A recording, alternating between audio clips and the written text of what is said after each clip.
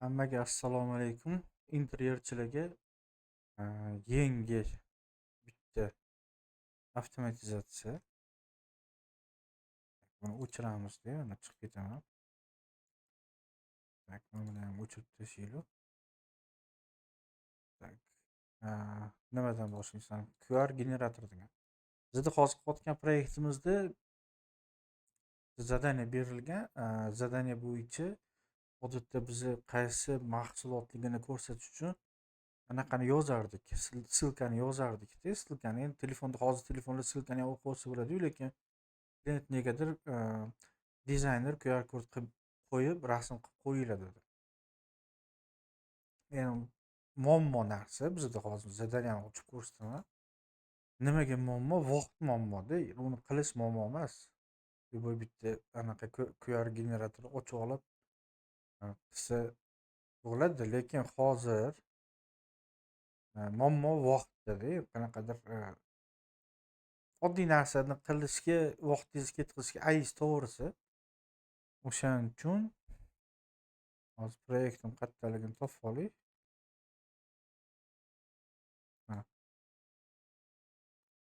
Mana tablitsamiz misol uchun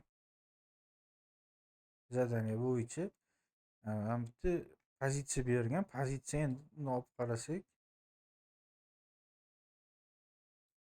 pozitsiya 130 ta narsadan iboratda. 130 ta narsadan iborat pozitsiya. To'g'ri, hammasida ham ssilka yo'q. Lekin hozir men test qilib ko'rganimda ko'rdim, 50 bitta narsa chiqdi. 50 bitta QR kod chiqarish o'z emas. 50 bitta chiqargandan keyin u ikkinchi muammo uni joylashtirish. Chunki QR kodlar ham ana ko'rinishidan bir xilda, uni qaysi biri qaysiligini esdan ham chiqarib qo'yasiz. Ikkinchi muammo. Qidirgan uni. Qidirib bittasi xato ketib qolsa, qaysi xato ketganligini keyin skaner qilib qidirasiz.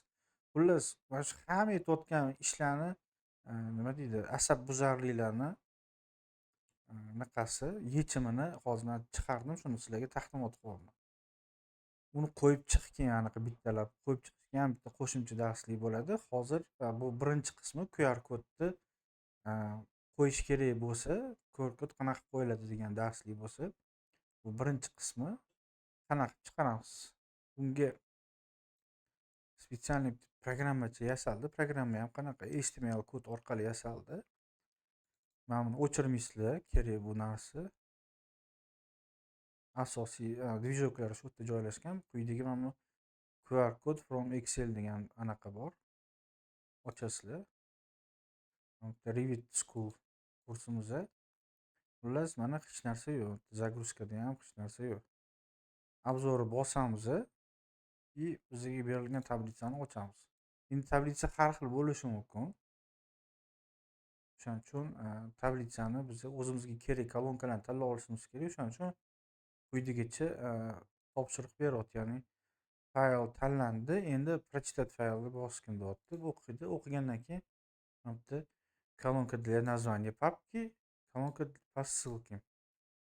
Nega papka deyapti? Hozir bu programma shunaqa qiladiki, har bitta pozitsiyani, tanlagan pozitsiyamiz tanlasa ham pozitsiya qoladi bizda, chunki pozitsiyamizda nimaligi yozilgan. Stolesnitsa, kuxnya va hokazo. Nima bo'lsa ham yozilgan. Endi u qaysida to'g'ri kelishi mumkin, balki mana bunga to'g'ri kelishi mumkin. Ikkinchisida bo'lib qolishi mumkin. Shuning uchun universalroq qilindi. Keyingisi ссылка на выбранную позицию tanlaymiz. Bitta alternativa degani ham bor. Bu yerda ham ссылкаlar bor. Xolasa bunga tanlab, xolasa bunga tanlab qiladi.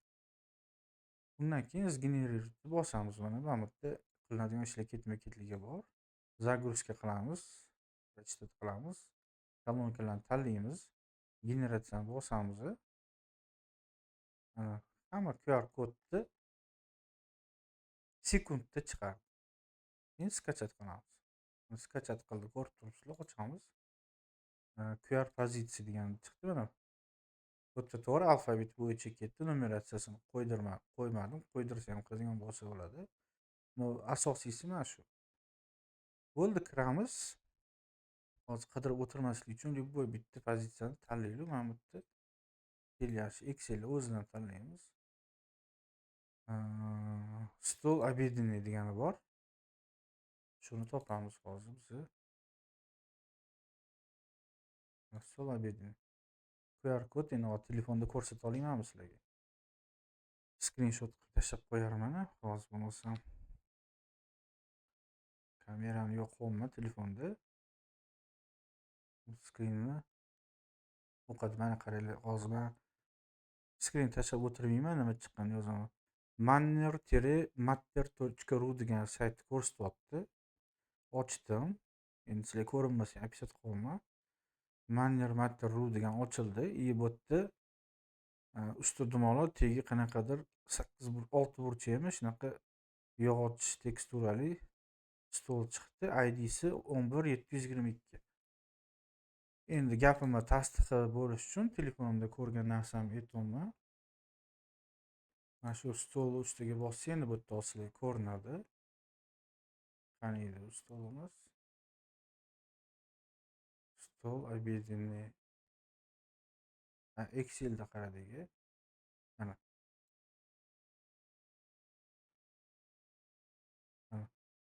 manner-matter.ru degan mana sayt. Usti dumaloq yog'och teksturali 6 burchakli. Xuddi mana shu narsa chiqyapti. QR kodni to'g'ri qilganligini isbotida. Xohlasanglar shundan mana to'g'ri ishlayotganini ko'rsatish uchun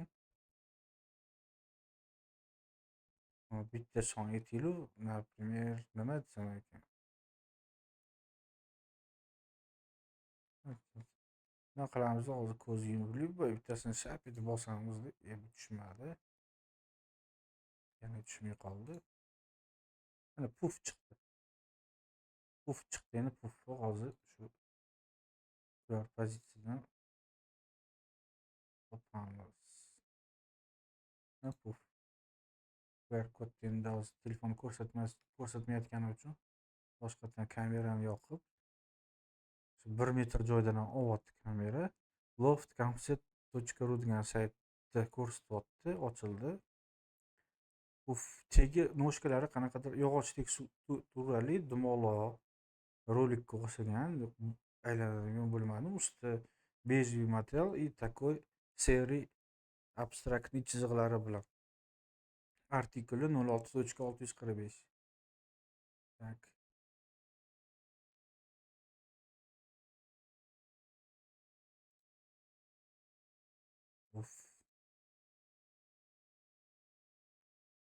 Ochyaptim. Mana ochib. 06.645 oyoqlari dumaloq yog'och. Ya'ni screenshotini ishlayapti. Xullas, bomba narsa. Hozir oddiy qilib aytganda bir kunlik muammoyim u yoq bu yog'i 1 minutda hal bo'ldi. Ya'ni quyidagi programma orqali stranичка ko'rinishdi. Xullas, interyer darsimdagilar sizlarga tashlab qo'yaman, bemalol ishlatishingiz mumkin. Duo qilib qo'yasizlar, yoqsa, kimga shu video yoqqan bo'lsa, like qilib qo'yishingiz mumkin. Ishni tezlashtirish uchun hozir mana shunaqa qo'shimcha yengilliklar ustida ishlamoqda. Ya'ni avtomatizatsiya masalasi bo'yicha yengilliklar bo'lsa yana sizlarga aytib qo'yaman. Hammaga sog'lik, salomatlik.